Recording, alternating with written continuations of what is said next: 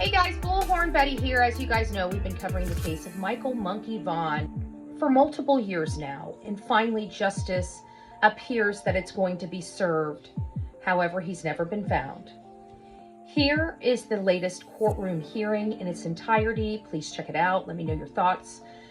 Don't forget to like, share, and subscribe to the Bullhorn Betty channel, but we're staying up to date on the Michael Monkey Vaughn case. From the East Coast to the West Coast, we are everywhere true crime is. We are asking for the public's help. We are searching in the woods. We are doing what it takes here on the Bullhorn Betty channels to find answers to the most alarming cases we have been watching on the news. I can tell you personally that I have traveled this entire country seeking these answers and bringing that content right here to you here on the Bullhorn Betty channels and Bullhorn Betty Crime Stories. We are happy with the work that we've done. We brought many answers to the public, and we have defied mainstream media in our pursuit of the truth in these cases. We will continue to work, we will continue to fight for these victims, and we will continue to tell their stories here on my channels. Welcome to the Bullhorn Betty brand of channels and the Coffee Club. Thank you for your love, thank you for your support, and more importantly, thank you for allowing me to bring these victims' stories to each and every one of you, advocating for each of these victims. God bless you.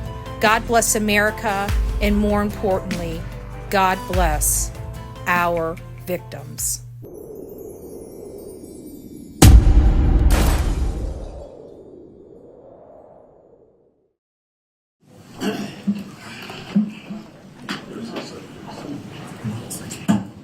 We are back on the record to take up the matter of State of Idaho v. Stacey Wondra. That's in case CR 3825-1295. Did have a meeting with counsel in my office or about the time we were scheduled to take up this case.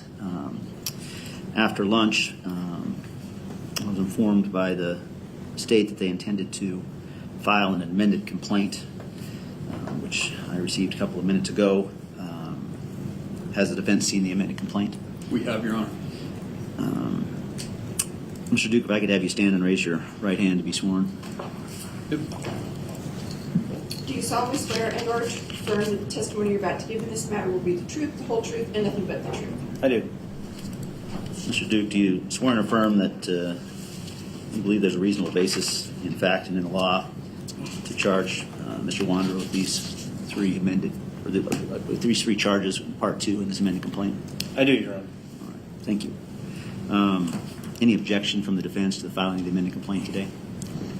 Judge, we reviewed the amended complaint with our client and discussed with him the removal of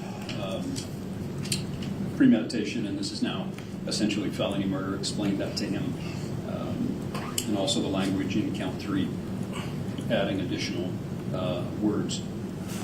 We have reviewed that with him, and we have no objection, and we would waive a formal reading. Okay.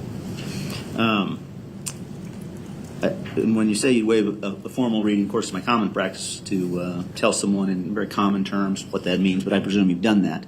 I'm happy to do it again. Sometimes we replow the same ground just to be sure it's covered well, but I have no concerns for myself on that with regard to that. I'd also typically explain to a person when I read it, or when I tell them about the charges in a complaint, amended or otherwise, what their rights are. Would you like me to remind your client of those things, or are you satisfied that he knows? Judge, I don't believe that's necessary. Of course, I'll leave it in the court's discretion. Yeah, no, I don't inherently think it's necessary. I mean, this is a carefully considered case.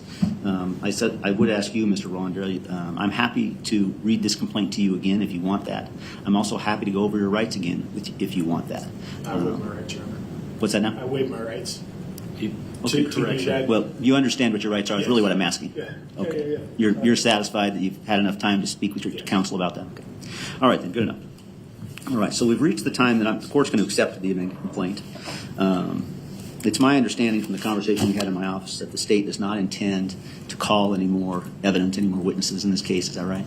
That's correct, Your Honor. The state does. All right. And we discussed this in my office. It was my understanding there that the defense did not intend to make a presentation at the preliminary hearing. That is correct.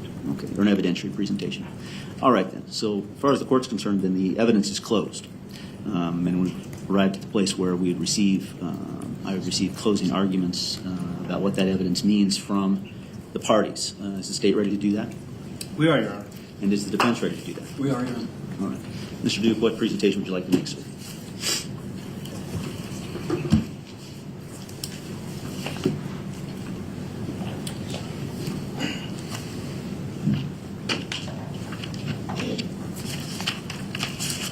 Your Honor, in this case, so the standard for prelim is that there must be substantial evidence on all elements of the crime, and if the court believes a public offense has occurred, and that and then there is sufficient or probable evidence, or enough for probable or sufficient evidence to show that the defendant has committed it, then he must be bound over. In the state of Idaho, aiders and abettors are principals in any action, and the place I would start off is that ordinarily credibility is not really the main thrust or concern of a preliminary hearing. However, the evidence must be plausible, and as the court's aware in this case, there is a bridge that has to, or a gap that has to be bridged, in the form that the confession that the state primarily relies on for its case, in that confession, Stacey Wondra indicated that the body of Michael Vaughn would be found in his backyard, and it wasn't. But the state, we still view his confession as credible, and that it does describe the actual events that occurred.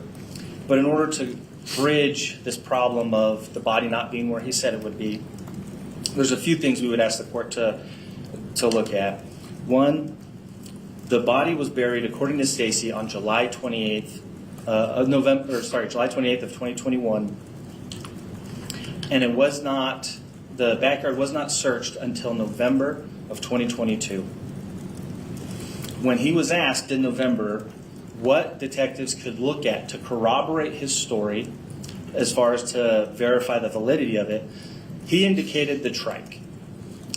The trike, so the trike comes into play because he says it was on some boxes in the garage. I hadn't seen it there before. At one point he says that the story of the trike came from law enforcement, not his memory. He then changes that story and says, I remember the trike being there, it was there, and then it was gone a couple days later. His neighbor, Carson Starkey, identifies the exact trike, or identifies a trike that's sitting behind the gate of the Wondra's property. Behind that gate is exactly where a live scent tracking dog showed interest when it was given the scent of Michael Vaughn in August, just after Michael had gone missing. That same tracking dog then showed interest down the bluffs in the brush there. One of the neighbors, Mr. Smith, he found the same trike identified through the exhibits, the exact same trike that Carson identified. He had found it, tried to use it for a project, and then when he realized it wasn't useful, he returned it behind the bluff sign. But the reality is that a piece of evidence that initially Stacey Wondra said he didn't know anything about, he then said it would corroborate his story. A live scent track dog followed that evidence when it was given the scent of Michael Vaughn. And so there's one component that shows some veracity to his statement that Michael was indeed put in the backyard. The other piece of evidence, or the next piece of evidence, are the cadaver dogs. Cadaver dogs are trained to alert to the scent of decomposing human remains. We had on testimony before the court at least 2 certified dogs that alerted to the presence of human remains in the backyard of the Wondra's home. And so, while not dispositive, it does show that at some point the scent of decomposing human remains was present in the Wondra's backyard. And then finally, Stacey, he identifies that at one point Michael was given a green stuffed animal that they had used as a chew toy for their dogs in order to try to calm him down. Evidence that came in through Anita Kelleher was that Kay Ramsey, the owner of that property, or the mother of Sarah Wondra, said that the dog dug up a green ear of a chew toy, but that it got thrown away before they could collect the evidence. But all of these things go to show that Stacey's statements about the trike being in play, also this green chew toy, are corroborated by the evidence that law enforcement collected and through their investigative techniques. And there's also the reality that bodies can be moved. Every time law enforcement finds one, they move it to examine it. So this is something that this is a thing that can occur. And so the first kind of main concern there, whether or not the fact that Michael was in the ground, we would ask the court to find that the confession is still plausible and that it still meets the criteria and the evidentiary standards, because there's the theory of the state that the body was moved after it was buried, according to Stacey's own comments.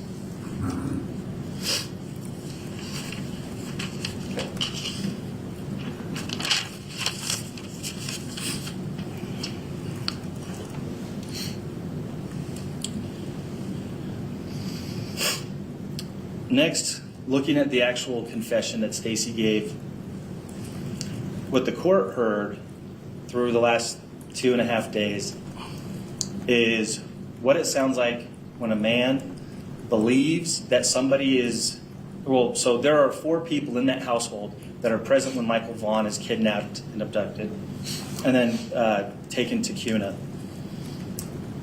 What the court heard was Mr. Wondra's attempt to gain the benefit of a deal by cooperating with law enforcement whilst trying to write himself out of the story. He's very thoughtful at times, and as he goes through, his story does change, but the story changes when he's given details that law enforcement have identified, point to untruths that he is telling in his confession. And so as he tries to write himself out of the story, and one of the most clear ones here, as he says, they went to Ontario. The other people in the house did go to Ontario, but they came back before Michael was missing. And so and this is consistent with many of the details in his confession, that he tries to paint himself as a mere observer or spectator in the events that occurred in that home. But going through what it means to actually aid and abet, or what it means to be a principal in any case. Mere proximity is not enough. There must be the same culpable intent as the primary actors, as well as one of the descriptions uses community of purpose in the unlawful undertaking. Mere presence, acquiescence, or silent consent is insufficient. And so here, what we have is, well, looking at some of the case law here, because it's actually it's a unique legal obstacle for us to get over, or when Stacey denies that he was actually wanting the things to happen that happened in that home and relating to Michael, it presents an interesting legal challenge. It's actually pretty clever by Mr. Wondra, frankly. But the case law, so there's 2 cases in particular that I draw the court's attention to. One is State v. Colpitts, and in that, 2 individuals, Madsen and Colpitts, go to a 3rd individual, Mr. Fignani's house, and Mr. Colpitts kills Mr. Fignani. The question becomes, was Ms. Madsen a co-conspirator, or did she aid and abet in that by accompanying him to the property and to his apartment where the murder took place? And one of the questions the court's asked is, did she know that that was the intent of the individual who committed the murder? And was she aware that that was going to happen? And they said it was properly an issue for a jury because she testified that she didn't know he had a gun and didn't know that's what he wanted to do. And the reason I point out those facts is because what the court seems to be interested in that case is whether or not there's foreknowledge that a criminal enterprise was going to take place. Whether or not she was aware that he intended or was engaging in criminality. Similarly, in, and I'm not good at the last name here, State v. Sensenig, there's an individual who meets up with a man and his stepson, and they start their enterprise together around 5 in the afternoon, are not doing anything criminal. Around midnight, the stepson and this third party drop the father off. He engages in some burglaries, and then they come pick him up about 15 to 20 minutes later. The court identified 2 components here that they examined, and they determined that it was an issue for the jury. But they looked at a statement he had made, or a statement that the stepson had made while the father was not in the car and when he was engaged in his burglary. He said that his father was the stealingest man in the country. And so the courts acknowledged that that might give some indicator. And then the question was, did this third party who was with them, were they aware when they went to pick him up that he was engaged in the act of burglary when they went to pick him up?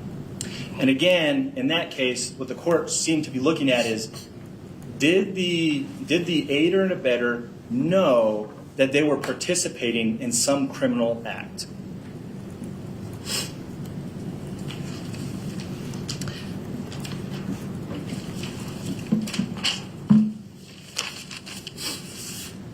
And so, moving to the facts of our case, and with that in mind, and one treatise puts it well. They say, and this is just persuasive, it's a treatise on the subject, but they said that with foreknowledge comes the opportunity to abandon the criminal enterprise, or to not engage at all. Meaning that you have a choice when you know beforehand what's going to happen. In this case, kidnapping is an ongoing crime, and it is not completed until the return of the victim or until the victim is dead, and so it's no longer a kidnapping at that point. In this case, Mr. Wondra's statements are very clear. Michael Vaughn was alive when he was brought into the home, and where Mr. Wondra first identifies him, or first sees him. He's told, we've just taken this kid. He uses the word abduct, but he said, I think she said took, but they mean the same thing. So he accepts that what has just occurred is an abduction or a kidnapping. And then he observes while the child is duct taped, placed into a duffel bag, and stored in the living room as he claims he's arguing, or he's saying, he used the word, this is fucked up, what are we doing? And so his testimony is that he objects at this point, but he very much knows that a kidnapping has just occurred, that Sarah Wondra is one of the people who is committing that Adrian Lucini is one of the people, and that Brandon Shirtliff, that those 3 individuals have just kidnapped a child and have placed him in a duffel bag. Stacey Wondra knows when he gets in the truck that Michael Vaughn is in that duffel bag in the back of the truck. When he leaves the house with those 2 individuals, Sarah Wondra and Brandon Shirtliff, he knows that they're engaged in the act of kidnapping. And he knows that it's still ongoing because he describes hearing Michael scream when they stop on 8th. And so he knows Michael's still alive and he's still going with them. One of the statements that he made is that they were trying to establish an alibi. He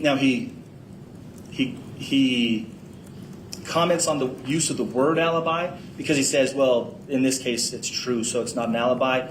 That's not the actual legal definition of an alibi, but the meaning of the words he uses shows that he understands what it is they're trying to do, which is create a story that hides the fact that they're involved in Michael's disappearance. And he explicitly states that the alibi was to convince people they didn't know what happened to Michael, but that wasn't true. They did know what happened to Michael. That's how he phrases it. And so they established that alibi before they even leave. And the testimony that came in was that Brandon Shurtleff said the reason they went to CUNA was for an alibi. And we know that that's accurate because the first statement of Stacey's that Detective Kelleher reviewed was a statement that said they left at around 5 and that they weren't in the area when Michael went missing. Well, later that was determined to not be true, but that just goes to show that when he went with them to CUNA, he was helping them establish an alibi, and and the alibi was to tow a car back. He brought the chain, the tow strap. And during the course of that enterprise, when they're bringing the car back, and I believe the tow strap breaks, he's the one who fixes it so they can complete that maneuver. And the important thing here is that he said the purpose of that was so people wouldn't know they were involved with Michael. One of the elements of kidnapping is to secretly convey a child to another place. And so he is maintaining the secret nature of the kidnapping when they establish the alibi so that it covers the actual actions that they're taking. When they stop on 8th, Stacey says he filled up the power steering fluid. Again, he is assisting and facilitating the transportation of Michael Vaughn because he's making sure that the vehicle is operating normally. And the reason that's important is because in order to take Michael away, to get him to a place where people aren't looking for him, they've got to drive, and they need a vehicle that's functioning properly. And so he makes sure that their vehicle is functioning properly in order to get Michael out of the area. He also comments that he hears him screaming and it's muffled, but he makes another statement during his confession. He says that he was just the DJ.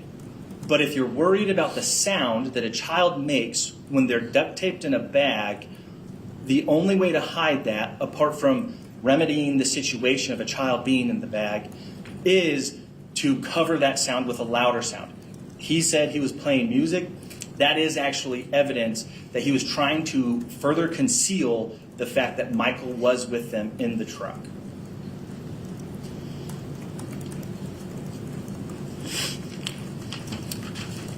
When they're stopped at 8th, in his testimony, he said that there was a discussion, and they said, they got to get out of here, no more stops.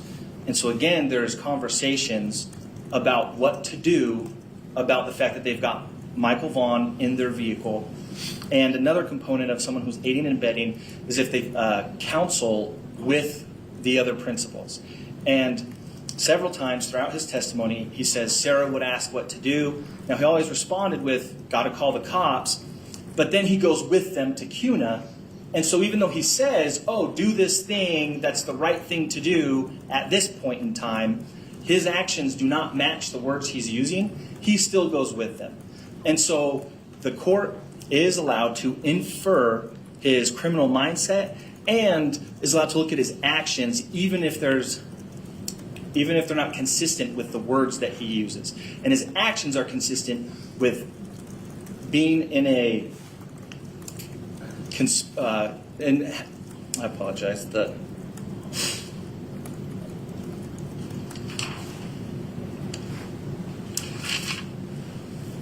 His actions are consistent with being in the same joint enterprise as the people who are committing the other primaries committing the actual kidnapping.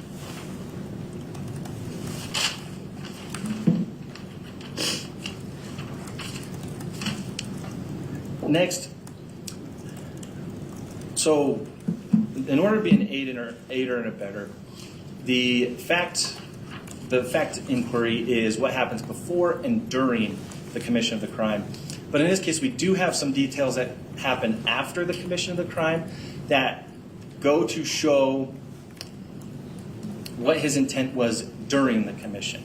And so he calls Brandon and he says, we're in trouble, we need to get our story straight. And they maintain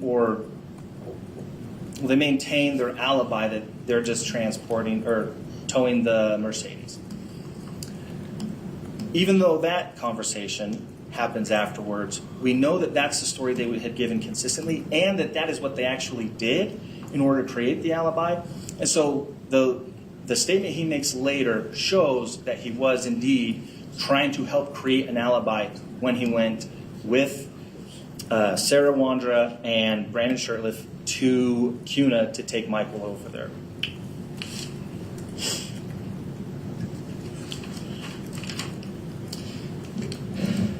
And then finally on the issue of his joining in a community of purpose with Sarah and Brandon,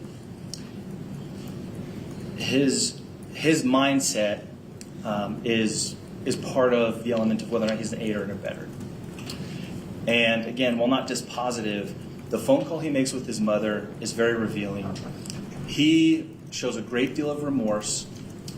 And what that indicates is that his mindset at the time he was with Sarah Wondra and Brandon Shirtliff is that he feels like he was engaged in a common scheme with them, that and so the words the courts use is community of purpose. His level of remorse is commensurate with being in a community of purpose with people who are conducting a kidnapping. Now we know that Michael dies as a result of this kidnapping because Stacey tells us that. He also tells his mom that. He says he was accidentally suffocated. There was too much clothes on top of him. He explicitly describes watching as they put the clothes on top of Michael in the duffel bag. He observed that thing, and he watched Michael get transported and assisted in transporting Michael while he was in that condition.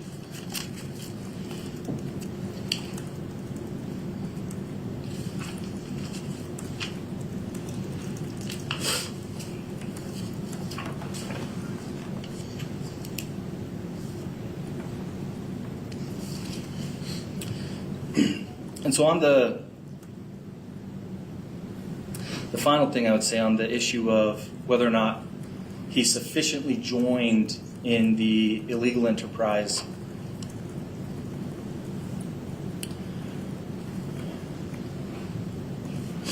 is that the language that the courts use, they say mere proximity, they talk about bystanders. In this case, this isn't a person he's recently met. These aren't people who he's accidentally fallen in with. This is his wife and his friend, whom he is asked to try to assist him in siring a child with his wife. These are people he knows well. And so when he describes them as asking him things like, what should we do with him? And he says, call the cops. We got to do something about this. The reality is that he is consulting with them. And even if nobody takes that advice, he is still consulting with them. And that makes sense because these are people he lives with. These are people he lives his life with. These are people he is engaged in business with. And so all of that is to say that Stacey Wondra is engaged in the same criminal enterprise, the same community of purpose as Sarah and Brandon. And that is abundantly clear by the fact that he goes with them and assists them. Finally, speaking just on the facts, we have a pretty good idea of what happens to Michael up until he's moved from the Wandra's yard. Stacey describes that he's brought into the house by Sarah. He says she's gripping him tightly. And that detail matters because if a child is trying to get away or doesn't want to be held, you would have to grip him tightly. He talks about hearing the duct tape and then seeing Michael Vaughn with duct tape on his wrists and his ankles and over his mouth. When asked if he was resisting, he said, well, yeah, he was squirming. So he describes what it would be like for a child to struggle, but there are at least two grown adults putting him in this bag. He describes how he's too big for the bag, and so they had to bend his knees, and he describes it with a tote and a boot and demonstrates it to law enforcement. He describes how Michael is taken to the truck. Now, the fact that he's put in the bed of the truck, well, it makes sense when they stop on 8th Street that they don't know what to do with him, and that's where he was originally found. That's what Stacey's testimony is that he was found on 9th, but they stop right outside that neighborhood and they check to see if Michael's alive. If their intent was to try to abandon their criminal enterprise and drop Michael off, it would make sense to have him in the back of the truck where they could just drop him off and leave. But when Brandon goes to check on him, right after that discussion, or right after that happens, they have a discussion and they say, we got to get out of here, we got to go. So an argument that whether or not it's credible to put Michael in the back of the truck, I would argue that it makes sense. Granted, credibility is not an issue here. Once they convey Michael, they go to Cuna and they put him on the side of the house and they leave him there.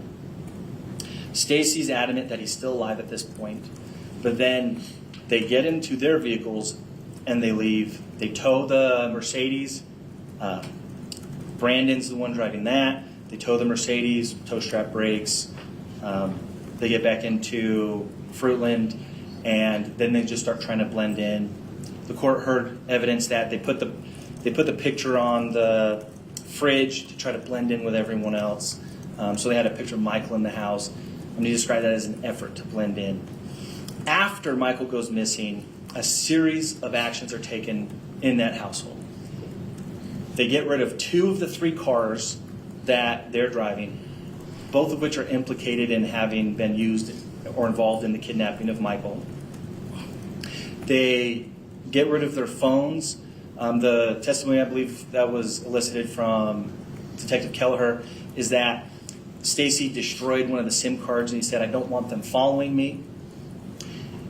At the time that this occurs, they've had interviews with law enforcement. They've made statements to the effect of, we're in trouble, we need to get our alibi straight. And so he knows that he's being looked at by law enforcement when he makes the decision to break that SIM card. They get rid of their furniture. And their text messages of that day are deleted.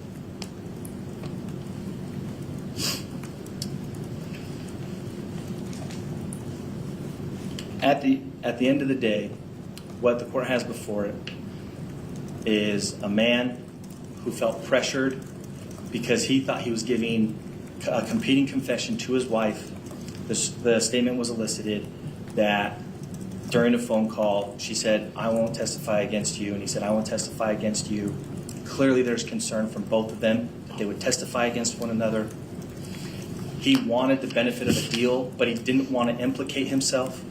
He even told the detectives when they began questioning him, and he wasn't talking about Michael very much, and they said, you're not really giving us much, or I'm paraphrasing here. And he said, well, it's like the Miranda thing. I'm going to get hemmed up. So he is letting them know, because the Miranda warning is that anything you say will be used against you. He's letting them know that if he tells them the story, it's not good for him legally. He understands that. And based on the story that he gives, he tries to walk that line, and he's pretty clever about it, frankly. He writes himself out of every bit of every event, every piece of evidence. He says, no, I didn't destroy things, that was them. Or at least he tries to, but he makes a few errors along the way. He does make the error when he says, trying to say that he wasn't there when Michael was abducted. He says, I remember when talking about 8th Street, and then backs up and says, I mean, Sarah told me.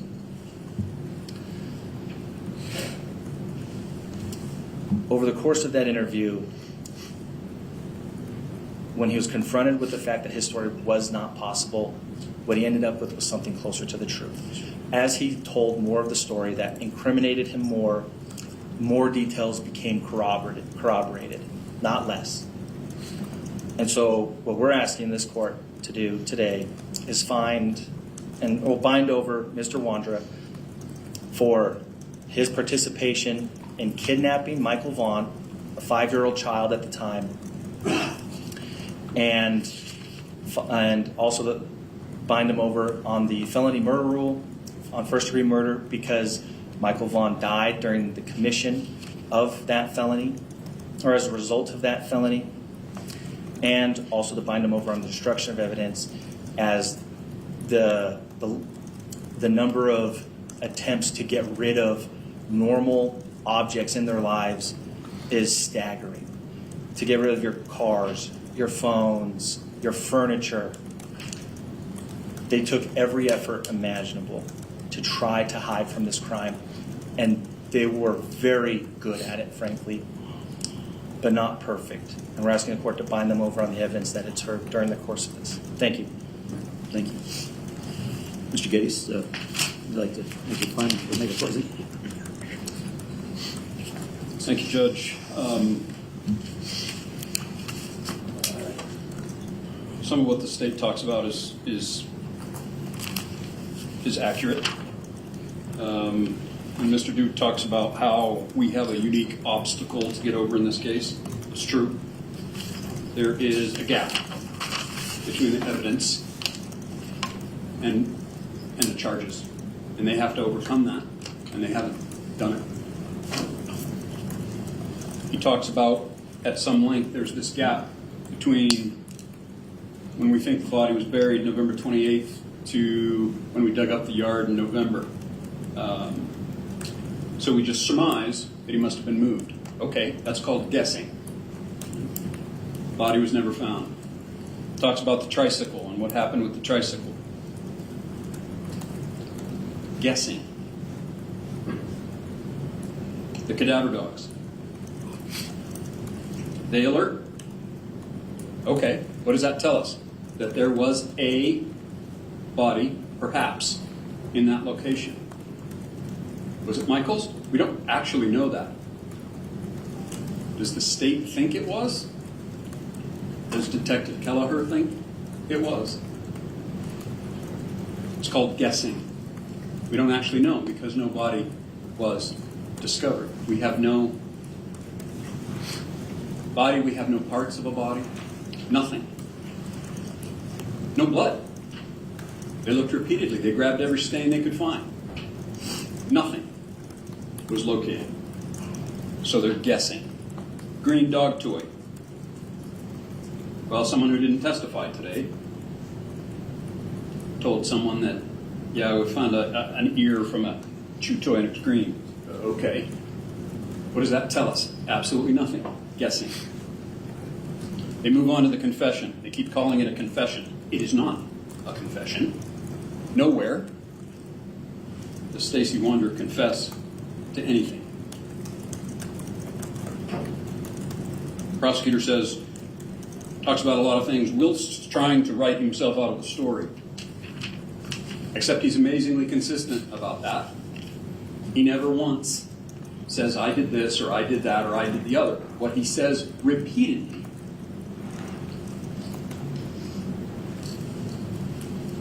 is what I saw others do, what Sarah told me. And so Detective Kelleher says, well, I don't believe that. Okay, she's entitled to that, but it's called guessing. The prosecutor has cited some cases to you. In the first one he cited, there was actually a body. There was evidence of a crime. We don't have Michael's body in this case. We have absolutely no idea what has happened to him. Frankly, we don't even know if he's deceased. Maybe you think he is, maybe Detective Kelleher believes he is, maybe the state believes he is, but we don't actually have any evidence that he's actually deceased.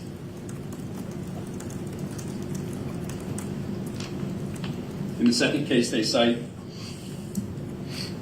he's hanging out with the stealingest man in the county. Okay. That's not particularly applicable to this case. Stacey isn't saying, well, my wife's the kidnappingist, murderingist, woman in the state. He has no idea what she's up to, has no idea what she's about to do. To commit a crime in the state of Idaho or in any state in the United States of America, there has to be a union, right? A union between intent and an act. Mens rea, that intent, and the actus rea, the act. The state has to establish probable cause that Stacey Wondra had the intent, and then he followed up with that intent, and he acted upon it. Nowhere have they established that union of mens rea and actus rea.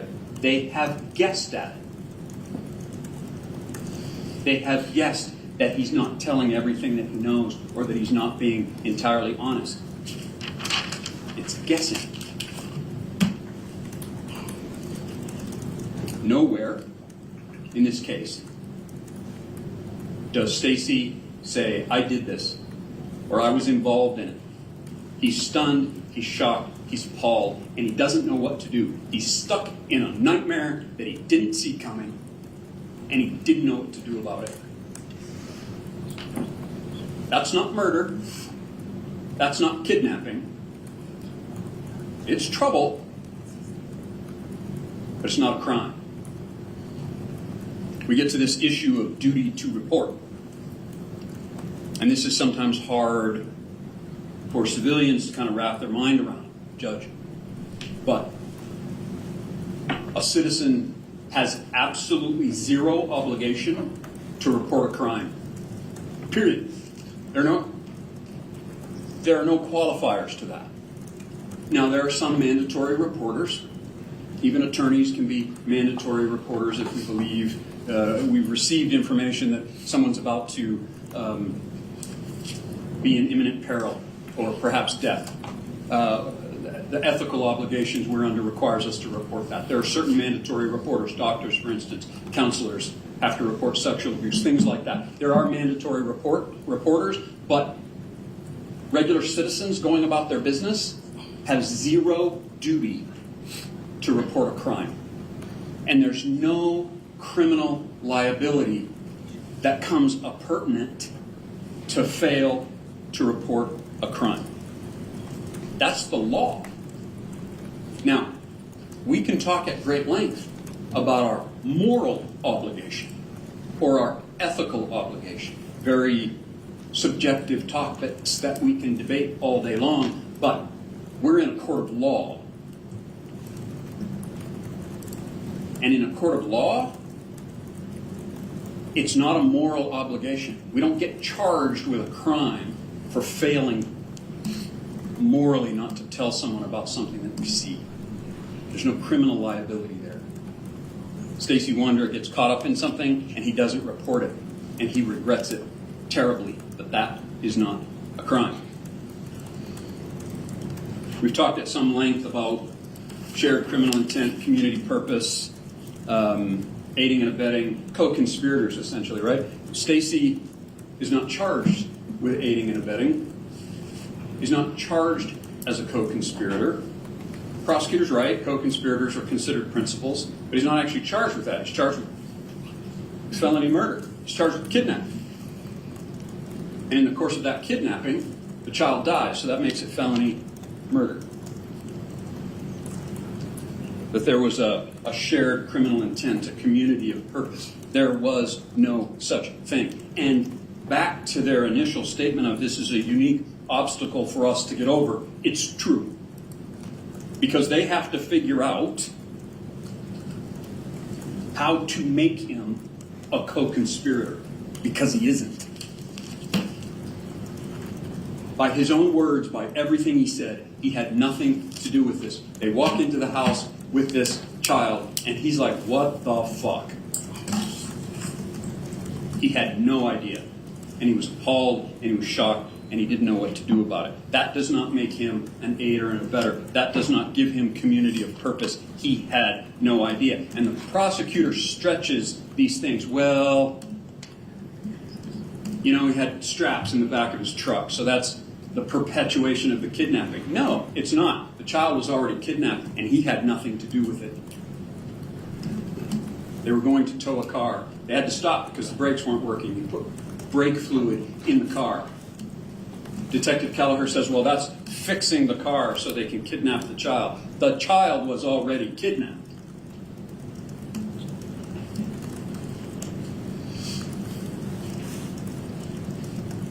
Standard jury instruction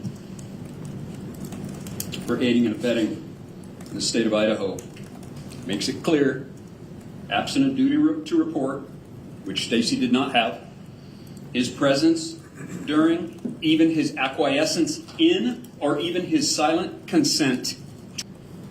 That also brings us to the lack of evidence in this case, and I get it, Judge. It's a bad case. It's ugly. It's hard. This is every parent's worst nightmare. We so desperately want to find Michael Vaughn. We so desperately want to know what happened to him. His mother and father, his family and friends, they are entitled to their grief and their anger and their outrage. Nothing I say here today takes that away from them. What I'm here to say is that doesn't make him guilty. We so desperately want to know what happened. We so desperately want to hold someone accountable. But that doesn't mean you meet the elements of probable cause to these offenses. There are no witnesses, Judge, in this case that say, I was on 9th Street or Arizona or 8th Street or wherever, and I saw Michael Vaughn and I saw this maroon GMC pickup pull up, and then I didn't see Michael Vaughn anymore. There are no witnesses like that. None. Zero. No admissions or confessions or incriminating statements from Stacey. I know that Detective Kelleher doesn't believe him. That's not enough. That's guessing. No forensics of any kind. They did all the forensics. We have 20,000 pages of discovery plus. The Idaho State Police were heavily involved. They went over everything with a fine-tooth comb. The FBI was involved. Every available resource was tied into this case. And not one piece of forensic evidence was found related to Stacey or anybody else. Cars, clean. Houses, clean. Nothing.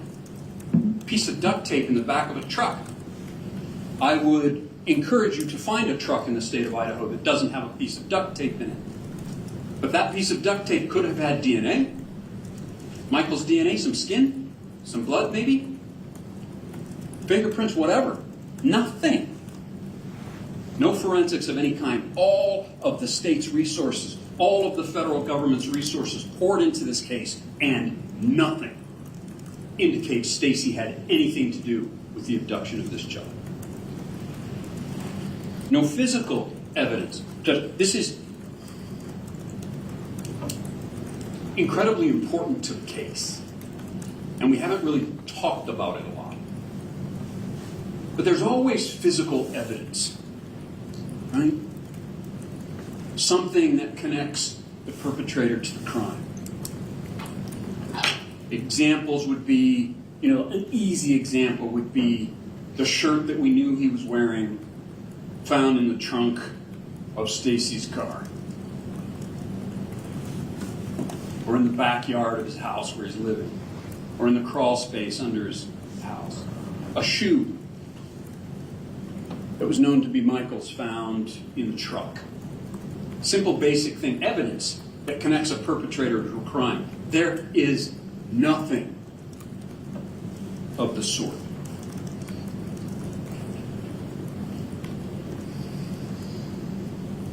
The state comes to the court today and says, we think we know what happened. We think the child was kidnapped, and we think Stacey had something to do with it. And we think he was held in the house, and he was in a car, and he was taken to Brandon's mom's house, and he was buried in the backyard. All of those things are guesses. And we can't bind over a case, first-degree murder, or any charge, frankly, on a guess. I would submit to the court that you can't take a 5-year-old boy. I'm sorry, I just find that incredibly unbelievable, that you're going to take a wriggling, kicking, screaming 5-year-old, stuff him in a duffel bag. You're going to kick his way out, he's going to thrash his way out, people are going to hear, people are going to see. I just don't find that believable. But even if you find it believable, there would be evidence. There would be evidence of his skin, of his blood, of his I'm not a CSI, the epithelials, whatever, the material from your skin. They would be on the couch. They would be on the carpet. They would be everywhere he was. He was supposedly in the back of a truck in a duffel bag. Canines don't alert on that truck. That's not believable. No evidence, no forensic evidence found in the yard, in Brandon's mother's yard, in Brandon's mother's house. It surpasses reason to think that a little boy was kidnapped and died and buried, and they didn't find anything. And I hate that as much as anybody. But that doesn't mean that a crime has been committed by Stacey Wondra. There has to be that nexus between the intent and the act, and there has to be that evidence that connects those things, and there just simply isn't.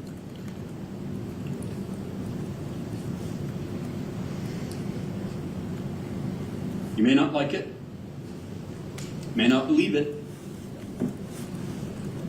but at the end of the day, what Detective Kelleher thinks, what the state thinks, it doesn't matter. It's what they can prove. And they haven't proven anything. And it's not a trial. It doesn't have to be beyond a reasonable doubt. Is it more likely than not that Stacey Wondra kidnapped that child and he died in the perpetration of that kidnapping? No. They have not submitted evidence that even establishes probable cause. A common theme, Judge, throughout this case is Detective Kelleher hits him hard on this in the interviews. His mom, who they used to get information out of him, she hits him hard. What did you do? Why didn't you say anything? Why didn't you call? You must be accountable for your part, Mom says. You must be a man, Mom says. You made a mistake, Mom says. What that's referring to is his cowardice. This is why he's crying. This is why he's remorseful. This is why he's upset. Because something horrific happened, and he didn't stop it. He was a coward. That also has no criminal liability attached to it. Being a coward is not a crime.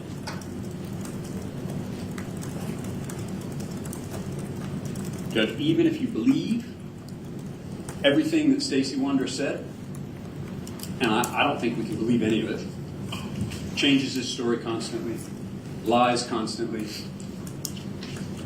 Much of what he says just simply isn't believable. And all of his story that is put together about what he saw and where Michael Vaughn was and what happened, none of that is corroborated by evidence. If any of it, even a bit of it, was corroborated with any evidence, game on. But it hasn't been. Nothing. Even if you believe everything he says, he still didn't commit a crime. This is not guessing court. This is not hopeful court. This is not, we have a pretty good idea court. This is a court of law. And a court of law requires evidence to prove crime. And they haven't done that. And I know that it's hard. But they have to prove it, and they haven't. And you cannot bind it over to district court. I would concede there is probable cause, there is evidence for count 3, destruction of evidence. related to phones, SIM card, other things. I concede that. That's the only crime they've established probable cause to proceed. All right, thank you. I'm going to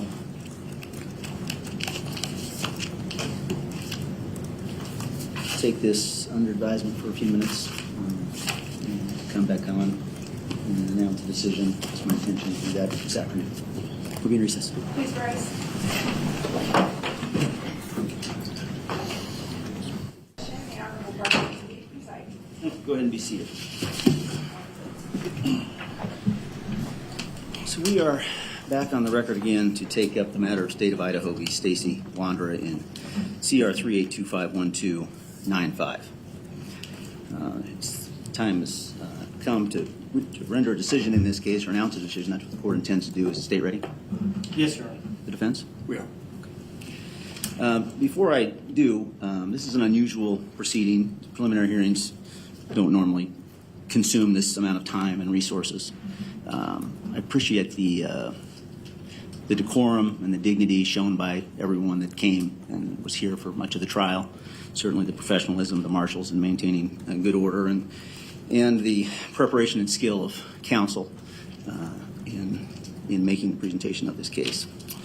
Mr. Wondra faces in this matter for preliminary hearing today 3 counts, 3 alleged violations of law: murder in the first degree, kidnapping in the second degree, and destruction or alteration or concealment of evidence about to be discovered in the investigation of the commission of a felony crime.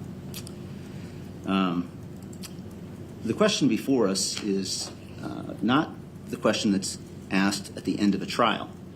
And at a preliminary hearing, there are specific questions being asked, and the evidence must meet or must answer those questions in order for a case to proceed to trial at all. The first of those questions under Criminal Rule 5.1 is whether or not a public offense has been committed. And then thereafter, is there probable or sufficient cause to believe that the defendant committed those offenses? In order to make that finding, a judge must find that the probable cause has been presented, and it must be based on substantial evidence on every material element of the offense charged, or in this case, the offenses charged. The evidence presented in this case supports the conclusion that Michael Vaughn was abducted, he was secreted away, and he was killed in the course of being secreted away. The evidence goes on to show that subsequent to and during those events, evidence of the crimes was destroyed, altered, or concealed. In making findings of probable cause in this case, or in any case, the court relies primarily on the criminal code, the statutes by which a person is alleged to have committed a crime. The court also relies heavily on the jury instructions that the Supreme Court has promulgated for making decisions about any particular charge. A particular utility in this case is Idaho Criminal Jury Instruction 311 and 312. 311 says that the law makes no distinction between a person who directly participates in the acts constituting a crime and a person who either before or during its commission intentionally aids, assists, facilitates, promotes, encourages, counsels, solicits, invites, helps, or hires another to commit a crime with the intent to promote or assist in its commission. Both can be found guilty of the crime. Mere presence at, acquiescence in, or silent consent to the planning or commission of a crime is not, in the absence of a duty to act, sufficient to make one a principal. An accomplice is what it says, but we're talking about principal liability for criminal acts. Idaho Criminal Jury Instruction 312 says that all persons who participate in a crime, either before or during its commission, by intentionally aiding, abetting, advising, hiring, counseling, procuring another to commit the crime with intent to promote or assist in its commission, are guilty of the crime. All such participants are considered principals in the commission of the crime. The participation of each defendant in the crime must be proved beyond a reasonable doubt. And that last piece is just for the jury. And here, that's not the standard, right? The standard is whether or not probable cause has been demonstrated. Here, Mr. Vaughn is charged, or Mr. Wondra, I apologize, Mr. Wondra is charged as a principal. And the court considers the evidence in this case through that lens.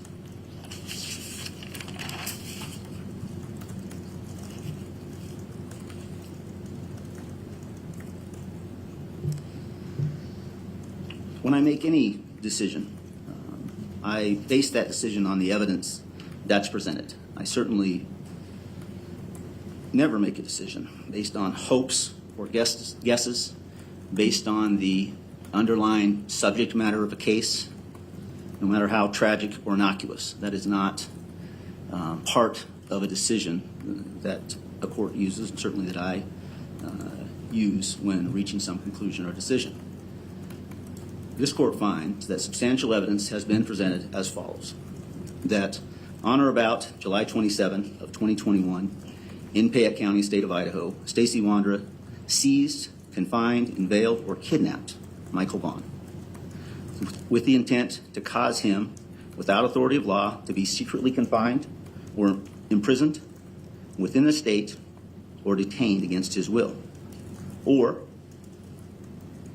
that Stacey Wondra took, enticed away, or detained Michael Vaughn, a child under the age of 16, with the intent to keep or conceal the child from his custodial parents, in violation of Idaho Code 18-4501 and 4503. That in the perpetration or attempted perpetration of the felony crime of kidnapping on or about July 27 of 2021 in the state of Idaho, the defendant engaged in conduct that caused the death of Michael Vaughn, unlawfully killing him without justification and with malice by taking intentional acts, the natural consequence of which were dangerous to human life and deliberately performed with knowledge of the danger and with conscious disregard for human life, constituting murder, and that such murder was committed in the perpetration or attempted perpetration of a kidnapping in violation of Idaho Code 18-4001, 4002, and 4003. That on or between July 27 of 2021 and May 21st of 2025, in Payette County, state of Idaho, Stacey Wondra willfully destroyed, altered, or concealed evidence concerning the kidnapping and murder of Michael Vaughn, including but not limited to biological material, physical evidence, and digital information, knowing that these things were about to be produced, used, or discovered as evidence in a felony investigation, and with the intent to prevent that evidence from being produced, used, or discovered.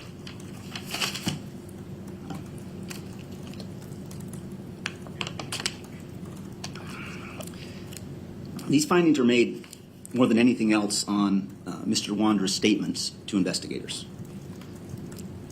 He described the abduction of Michael Vaughn under circumstances corroborated by other witnesses.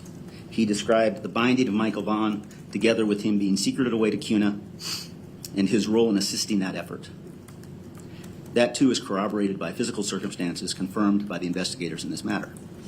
He described the manner of death and the subsequent disposal of the body, with some of those details also corroborated by the results of the investigation. Finally, he described his role in destroying and disposing and concealing of many pieces of evidence that were about to be discovered during the investigation that was being conducted. The question before this court is not whether or not Mr. Wondra is guilty of these three charged offenses beyond a reasonable doubt.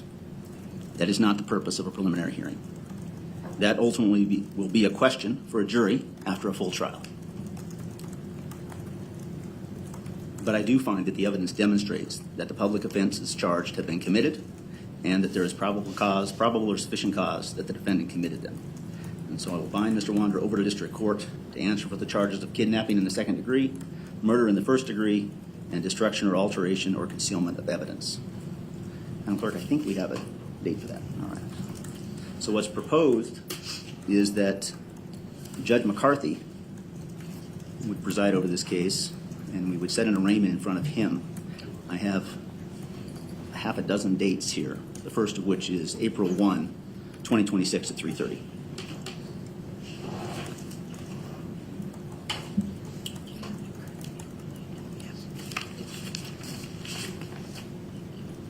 Judge, the defense cannot do that. What about April 8th at 2 p.m.?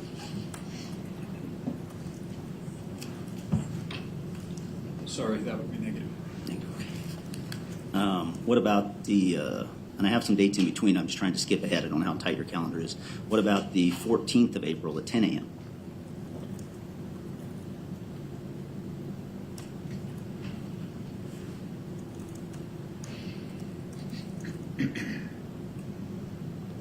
I can make that work. Well, would the 15th of April at 10 a.m. be better? It sure would. Thank you. Does that work for the state? It works for the state. All right. Anything further that the state believes should be presented today? No, Your Honor, thank you. April 15th. Anything further that the defense wishes to present today? No, Your Honor. All right. Thank you. We'll be in recess.